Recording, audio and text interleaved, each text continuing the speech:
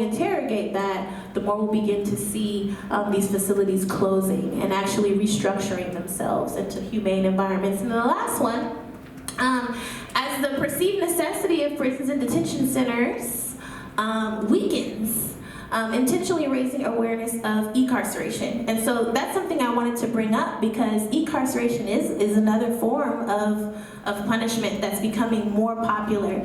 And some people are beginning to understand incarceration as an alternative to punishment, but to me, it's an expansion of it. Now we're bringing it outside of the jail and still having monitoring, still having surveillance, still oppressing specific communities. And so we really need to interrogate that as incarceration comes into discussions as alternatives to carceral punishment. We don't want to expand the system of surveillance. We want to eliminate it. And incarceration is a part of the carceral system. And as we abolish the carceral system, and actually abolishing the carceral system is all about making sure that people have access to resources that they need. As we do that, then we can't lean on other forms of incarceration as an alternative. So I just wanted to make folks aware of that as well. Thank you.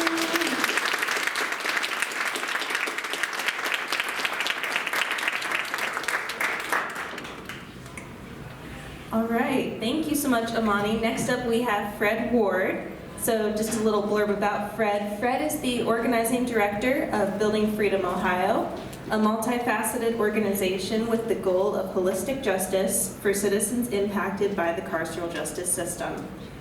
Ward is a voice for the community, advocating for political campaigns, supporting young leaders, and garnering power for Ohioans with experience in the criminal justice system. Amazing.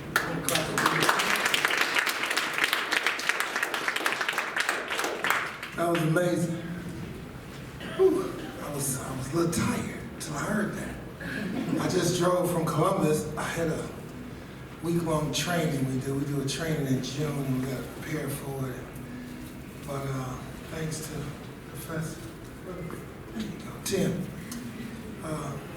He invited me last year. And when I looked and I said, oh, I got this mandatory training I got to do.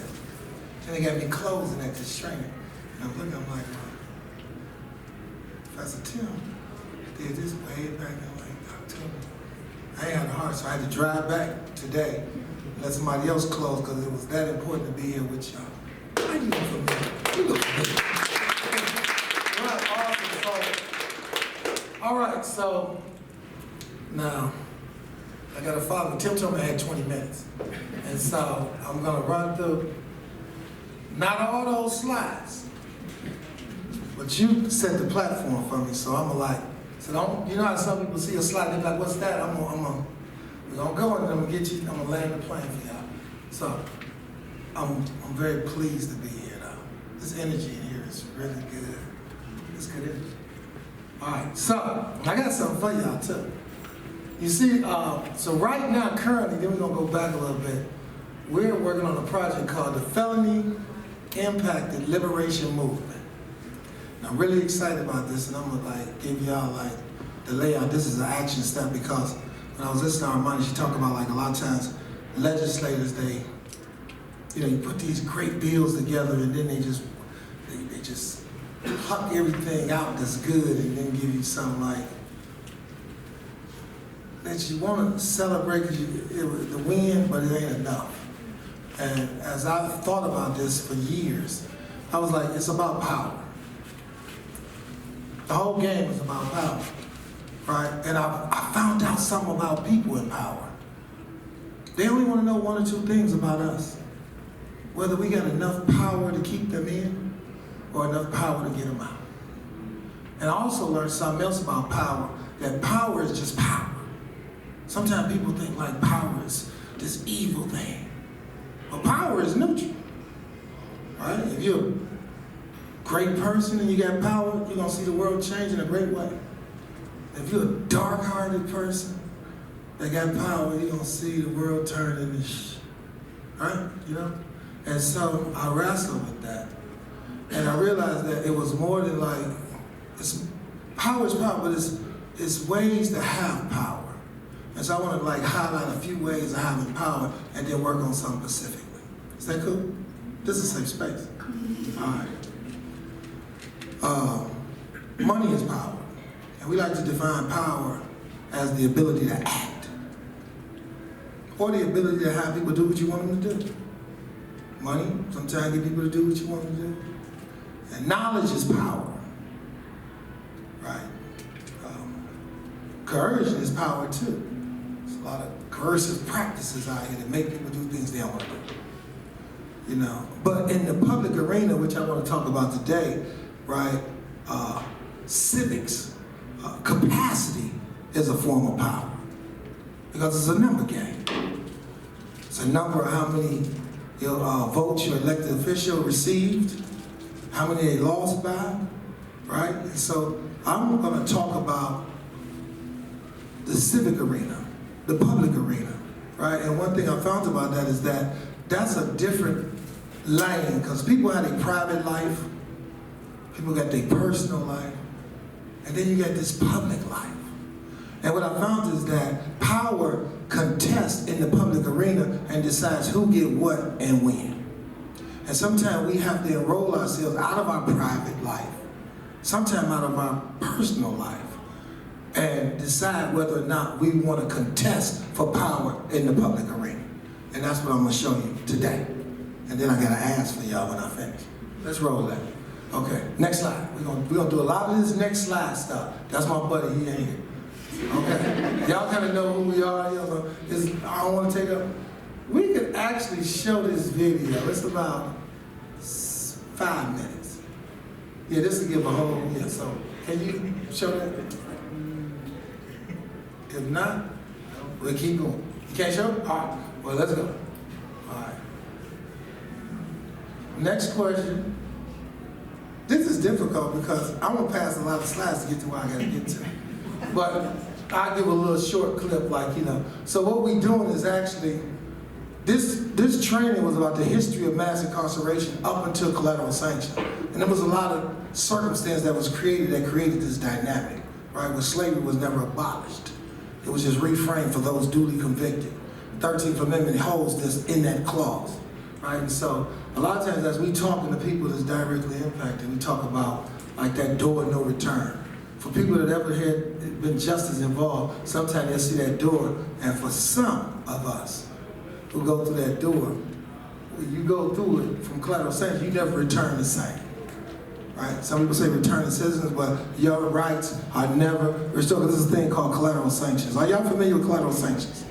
That's about, show of hands, who familiar with collateral sanctions? Oh, this is good, this is college campus. Okay, well I'm gonna explain what collateral sanctions is. No, I'm gonna keep going. And it's gonna come up on the slides. Come on. All right, it's 13th Amendment. We identified this duly convicted clause, right? Okay, you know, and neither slavery nor involuntary servitude, except as a punishment for crime, whereof the party shall have been duly convicted, shall exist in the United States. Right. Slavery wasn't abolished, it was reframed. All right, let's go. All right. Now, it was an interesting thing I found out. In 1930, and I might be dating myself, I ain't going back to the 30s, but there was a guy named Truslow. And Truslow actually was the creator of the American dream. He was like, you know, a rich guy in New York. And watch what he's saying. Truslow Adams, in 1930, he said that the dream is a vision of a better, deeper, richer life for every individual, regardless of the position in society which he or she may occupy by economic scale, but quite as much or more than that, of a chance to develop our capacities to the full, unhampered by unjust restrictions of caste or custom. With this has gone the hope of bettering the physical conditions of living, of lessening the toil and anxieties of daily life. That's a beautiful thing. Y'all agree? That sounds pretty good. And that's what he said. But at the same time that Truslow said this, it was another sociologist, right, named Merton. And Merton responded in that same year with this, next slide. He said, "You a lie." He said that the American dream promotes the idea that everyone enjoys equal opportunity for success. In reality, however, disadvantaged minority groups and the lower class do not have equal access to such legitimate opportunities. They are socialized to hold high aspirations, yet are relatively blocked off from the conventional educational and occupational opportunities needed to realize those ambitions. He said that this economic condition produces strain, which is actually stress, or pressure on these groups to take advantage of whatever effective means to income and success they can find. So imagine believing in the American dream without no possible ways and means to achieve it. The American dream is the presupposition for crime and deviance in America. They promote the gangster and the criminal and the robber. Follow. Criminality coded. I gotta pass them. This is so good. I gotta pass these slides. So I'm just gonna do this slide because this was Merton's mode of adaptation. So he said that when people are surrounded with these circumstances, he said that people are gonna show up in one of 5 ways. He said one way people will show up under this stress and strain is conformity. Is the most common response. One simply accepts the state of affairs and continues to strive for success with the restricted conventional means available. You might know somebody like that. And then you had the rebellion that rejects the system altogether, both means and ends, and replaces it with a new one, such as violent overthrow of the system. He says some gonna show up in retreatism, referred to an escapist response. One becomes a societal dropout, giving up on both the goals and the effort to achieve them. Merton plays alcoholic, drug addicts, vagrants, and the severely mental ill in this mode. And then he said ritualism, in which one gives up the struggle to get ahead and concentrates on retaining what little has been gained by adhering rigidly and zealously to the norms. But the one we highlighted more than anything, how you doing there, was innovation. Innovation is those individuals that still believe in the American dream, right? Is the most common deviant response. One maintains commitment to the success goals, but take advantage of illegitimate means to obtain them. Most crime and delinquency, especially income-producing offenses, will fit into this adaptive mode. That was Merton's response. All right? And a lot of times we like to highlight that America is notorious about setting up the circumstances, the conditions by which people respond to, right? Or hide from. Next slide. I'm keep going. I want to get to something. So then you got terms like outlaw, outlaw going back to like medieval times. They used to call it outlawry. Interesting, but I'm gonna get back to it. In 1980 was very interesting. Nicaraguan war on drugs, explosion in the prison system, Correctional Corporation of America hit Wall Street. A lot of things happening in the 80s, Super predators. Go. And then next slide, next slide. Civil death. Anybody heard of civil death before? Oh, civil death is interesting. Okay, my man. Civil death, check this out. Civil death is the loss of all or almost all civil rights by a person due to a conviction for a felony, or due to an act by the government that results in the loss of civil rights. Now, I know you want to read it all, but I'm going to go back to the medieval. In medieval Europe, felons lost all civil rights upon their convictions. This civil death often led to actual death, since anyone could kill or injure a felon with impunity. Sometimes you got to read the narratives of how they speak about, but you got to get, he had a felony. The narrative. We got to quit letting them control the narrative. Let's go. Just roll. Okay, so how have you experienced civil death? This is I'm talking to a room full of people that's been directly impacted, right? Keep going. Collateral sanctions are the modern form of civil death. Keep going. This is collateral sanctions. Collateral sanctions and consequences of criminal convictions are the additional civil state penalties mandated by statute that attach to a criminal conviction. They are not part of direct consequences of criminal convictions, such as prison, fines, fees, probation. They are the further civil actions by the state that are triggered as a consequence of the conviction. That means after you done did your time, paid your debt, did your fines, paid your fees, got off probation, collateral sanction, collateral consequence lasts for the rest of your life.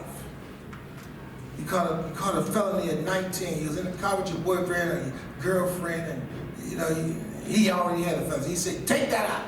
And you said, sure, I'll take it out, I ain't got no felony. And take the little felony, you go home, you can go home today if you please. You can go right out them doors there and you please just go talk to me, get a little probation, and get off in a year. 35 years later, you still applying for a job. You can't be a nurse, can't get certain licenses, certain insurances. You know? That ain't right. That ain't right. Lasts for the rest of your life. Come on. Next slide. It's 996,000 people with felony convictions in Ohio. There's over 2,679 collateral sanctions, collateral consequences in Ohio, right? Federal sanctions. And the average wages lost by Ohioans who served time for a felony is $36,479. Just by having a felony, this is the loss of income you're gonna get. Almost sound like indentured servitude. Follow me. Let's go. We don't go past that. Now we're gonna get to the good part, because there's hope. All right. Now, see how we know we go. So, keep going. Power. Let's talk about power. Power, organize money, organize people. Organize resources. Right? So, I love this quote. I want to go to this quote and I'm going to tell you what we're into right now. And this is, we're going to go into some action. I think this is the perfect time for y'all to come here. I'm glad I'm here. This is intense. My self-interest is tied in this room. So this was Martin Luther King, the Honorable Martin Luther King.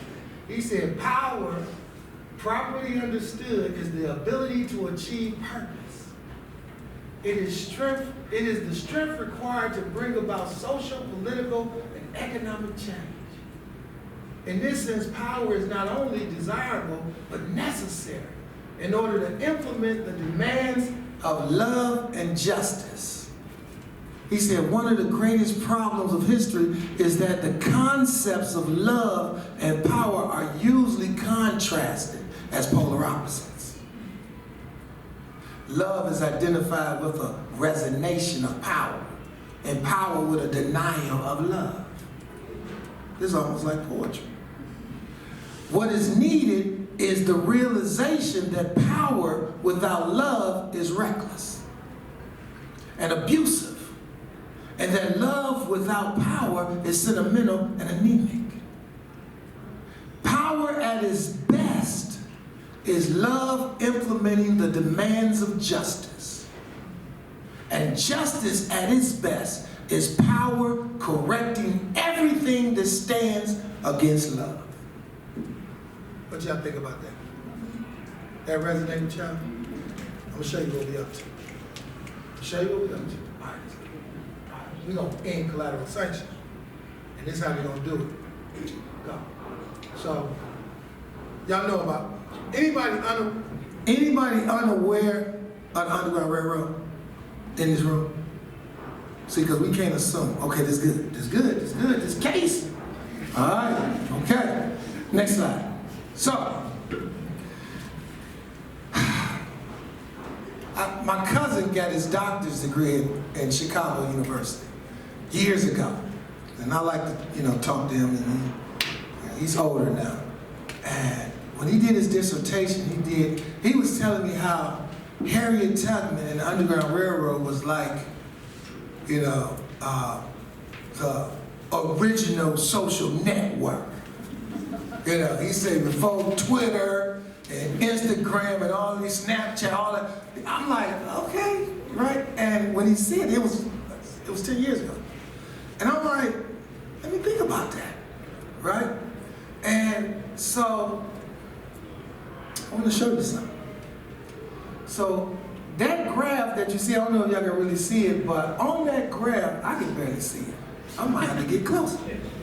I can barely see it. But on this graph, these are superintendents. You know, in the Underground Railroad, you had superintendents. You had conductors, you had superintendents, you had passengers. And so we got these were superintendents of the Underground Railroad. This is amazing. Susan B. Anthony, who fought for women's rights, she was a superintendent. Harriet Tubman, one of my faves, she was on there. Elizabeth Cady Stanton, women's rights. Frederick Douglass, Julia Griffin, John Brown, Harriet Beecher Stowe,